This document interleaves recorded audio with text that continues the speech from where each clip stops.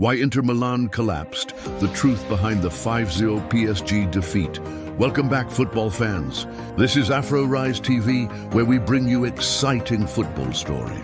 In one of the most shocking results in Champions League history, Paris Saint-Germain demolished Inter Milan 5-0 in the 2025 final. This wasn't just a loss, it was a collapse.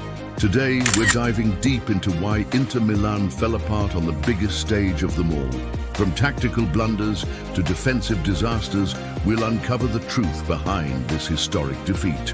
Let's get into it. Section 1. The stage is set.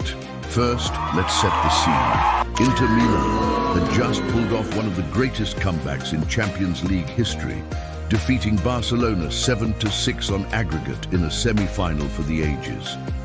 The stage was set for a clash of titans at Munich's Allianz Arena, but no one could have predicted what was about to unfold.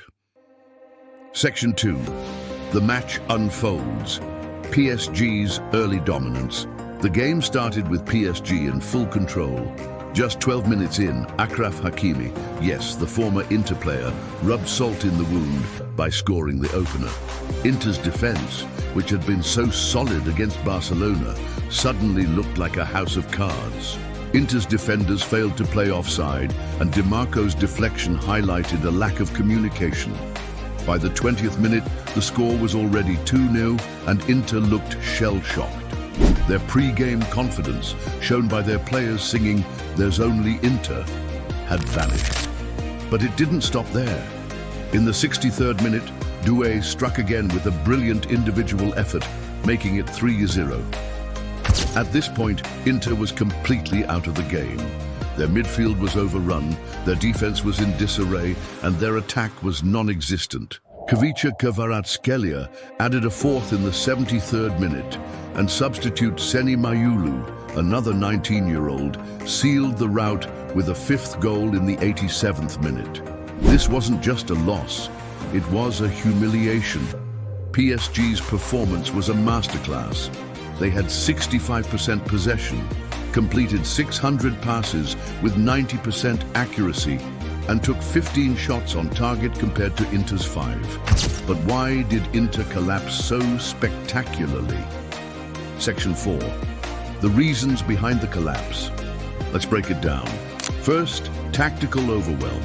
PSG's high-pressing style and slick passing game were too much for Inter's structured approach.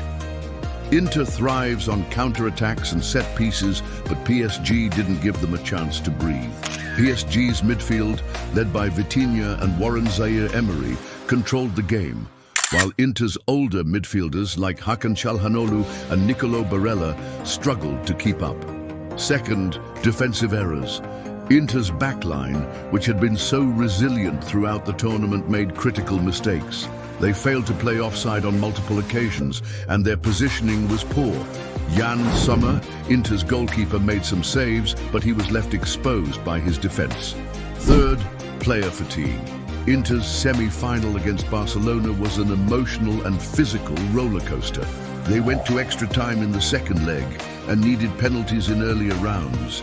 By the final, their legs and minds might have been heavy, while PSG, having already won League One, were fresh and fully focused. Fourth, age versus youth. Inter's squad was one of the oldest in the tournament, with players like Francesco Acerbi, 37, and Sommer, 36, starting. PSG, on the other hand, fielded a youthful, energetic team, with teenagers like Doué and Mayulu stepping up. Football is a young man's game, and on this night, youth triumphed. Finally, psychological factors. Inter might have been overconfident after their Barcelona heroics, or perhaps the pressure of the final got to them. PSG, meanwhile, played with freedom and purpose, knowing this was their chance to make history. Section 5. Expert opinions. Post-match, Inter's coach Simone Inzaghi admitted, "We were outplayed in every department. PSG showed why they are champions." Section 6. Conclusion. What's next for Inter? So why did Inter collapse? It was a perfect storm of tactical overwhelm, defensive errors, fatigue, age versus youth, and psychological pressure. This defeat will sting for a long time, but it's also a learning opportunity. Inter needs to rebuild, invest in youth, and adapt their tactics to compete with the new generation of teams like PSG. Will they bounce back? Only time will tell. Thanks for watching.